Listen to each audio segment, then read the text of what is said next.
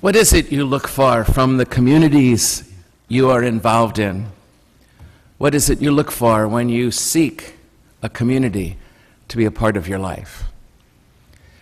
I asked Dominic, one of our interns this year, to begin this reflection this morning on his perspective from an experience we had of community last year.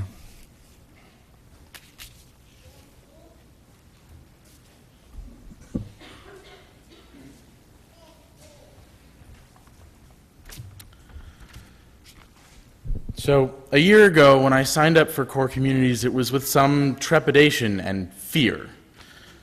The Core Communities are small groups of people who gather each week to share their faith and its presence in their lives. The reason I was afraid was that I had never been exceptionally good at sharing my faith, but I thought it might be a way that I could grow. I had no clue what to expect, but I figured one meeting couldn't hurt, right? I mean, if I didn't really like it, I could just go to one and no more than that. So I showed up for that first meeting. After just one meeting, though, I was hooked. Everyone had been so accepting and open and willing to start this faith journey with me that I never even questioned whether or not I'd go back. At first, meeting with a group of seemingly random people was challenging for me. For the past 20 years of my life, I had kept my faith mostly to myself. Never before had I found any one person, let alone an entire group of people, with whom I felt comfortable sharing my faith. This group, however, helped pull me out of my shell. They were accepting and allowed me to open up, and with this acceptance, I flourished. After spending week after week after week after week with these people, this community, and sharing my faith with them, it became easier. I'm not going to lie, this is still something I struggle with on a daily basis. Sharing my faith is not easy for me. But the friends that I have made through my Core community have been there to support me and to help me get out on that limb and share.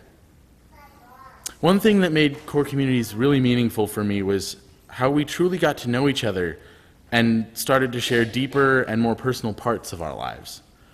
Our conversations became transformative. We realized that while we were talking about faith and where we saw God in our lives, we were really just talking about life. We could just be ourselves with each other. Although we were just a random group of people who had been thrown together, we had become a community.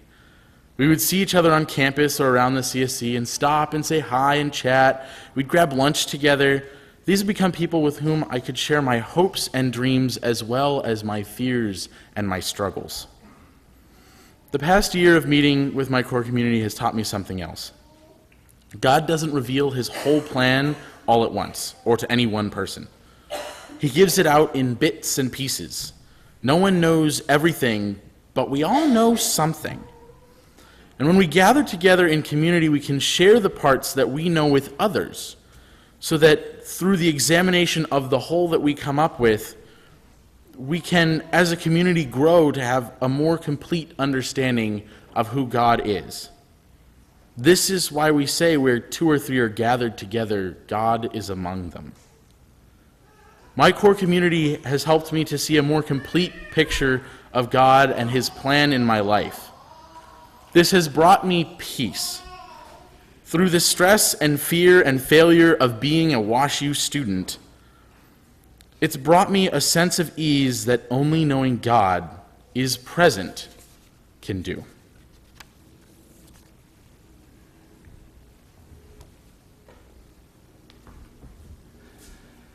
Thanks, Tom. There was a story of an old monk whose job in her community was working with new members. There was always one session in which she asked each of them individually and in turn why they went to pray. The answers were always full of piety, the kind of piety that often is the antithesis of community. And their answers were full of theology, the kind of theology that comes from books.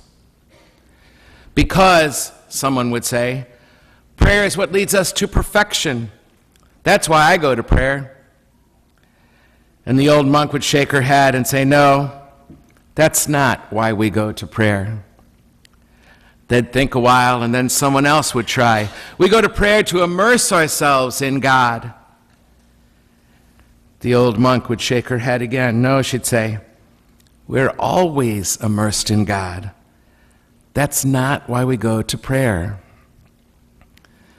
The brows would tighten around the table. I think we go to prayer to remember God. Someone would say a bit more tentatively. She'd shake her head. No, awareness is certainly a state we seek, but that's not why we go to prayer. By this time, there were few quick answers. Finally, one of the brave ones would say, then why do we go to prayer? And the old monk would smile and say, we go to prayer around here because the bell rings.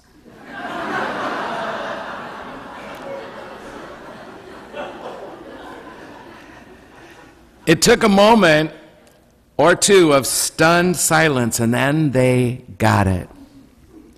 We go to prayer because the community sweeps us along on the days we're too tired to pray, too distracted to pray, too overburdened to care. Community sweeps us along toward generosity and healthy relationships when we're just not that into it and would rather spend more time behind screens and more time complaining about everybody else instead of joining them. Then the community becomes the very vehicle for our spiritual and relational lives because it carries us along with them when we'd rather not. The purpose of communities is to sustain us in our weakness, model for us the ultimate of our ideals, carry us to the next level of growth even when we're unaware that we needed it, and give us strength beyond ourselves with which to achieve it. You and I join communities. We create groups to get to know ourselves and to get the help we need to enable us to do what we most want to do. But we cannot possibly continually do that alone. We join communities to help others find their way to God, help others do that, and to escape the captivity of the self. In community, we strengthen our resolve. We broaden our perspective, and we find the strength that others need as well from those around us for ourselves this time. We discovered that if we had not been there, if we hadn't shown up that night, that day, we would not have grown as much as we ended up growing. Yes, communities of every sort, they can be messy. Someone always talks too much. Someone's always a little too needy. Someone always wants control too much. But enough about me.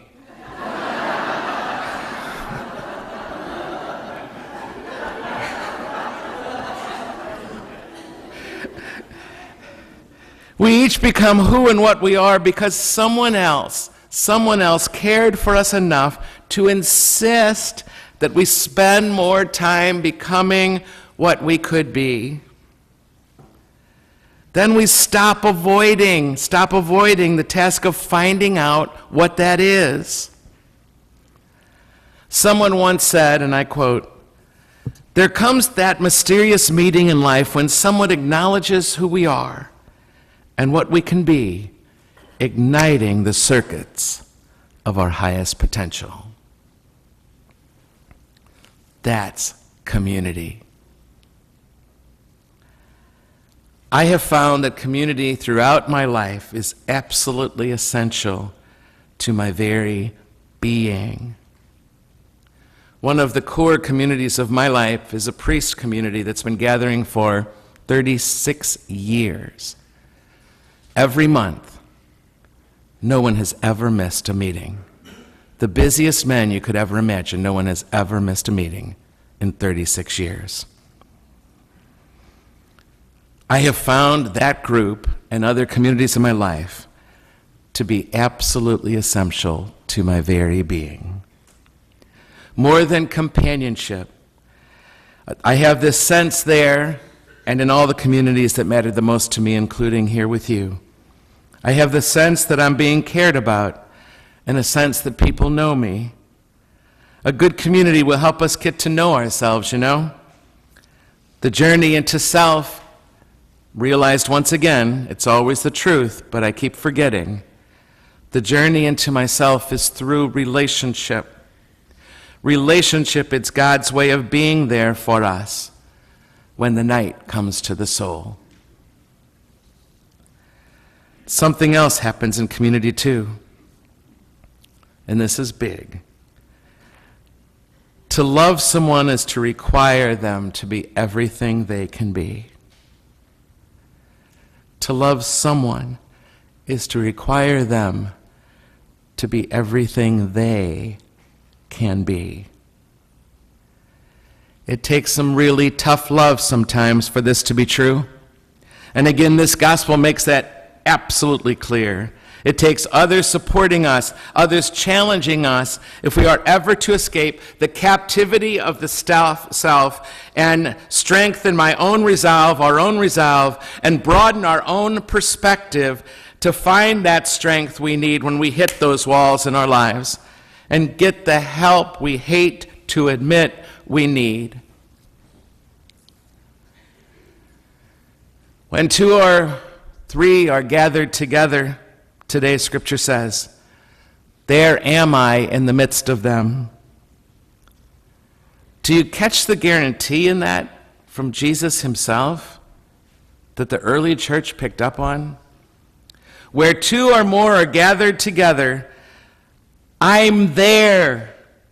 I'm there in the midst of them. The guarantee is clear. Christ is as present in relationships that are intentional for the common good of those gathered there, when there is a spirit of love there, as in bread and wine on the altar. We guarantee it here, and most Catholics accept it as they go through life.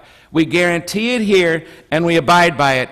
But frankly, the church has been overemphasizing this at the expense of underemphasizing this. Both are true.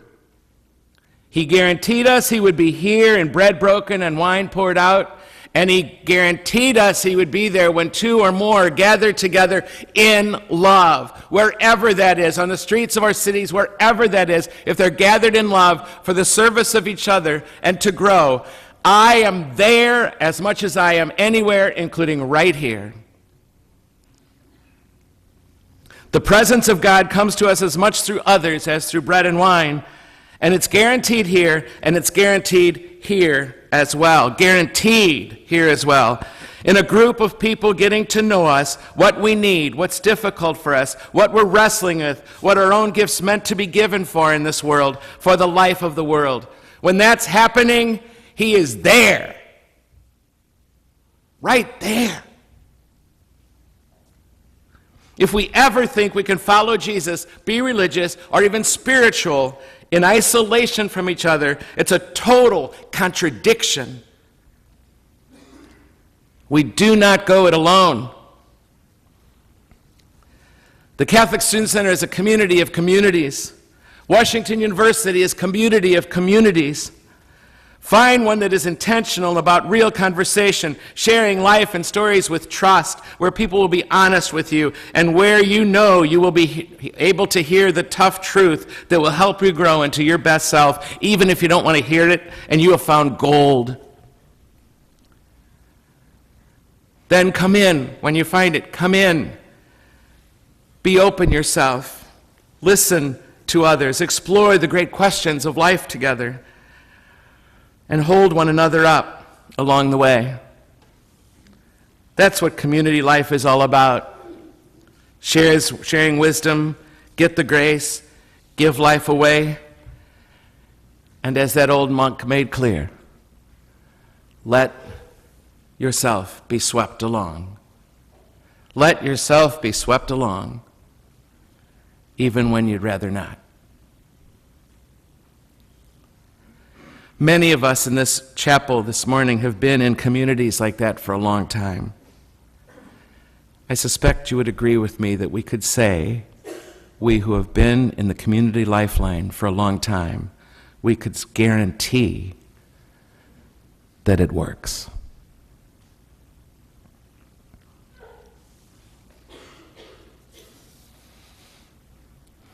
I leave you with a poem written by a Mexican poet at the beginning of the last century that I paraphrase.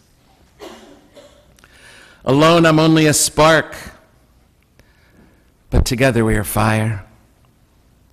Alone I'm only a string, but together we are a lyre. Alone I'm only an anthill, but together we are a mountain. Alone I'm only a drop, but together we are a fountain. Alone I'm only a feather, but together we are wings.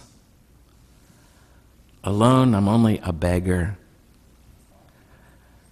but in love we are kings.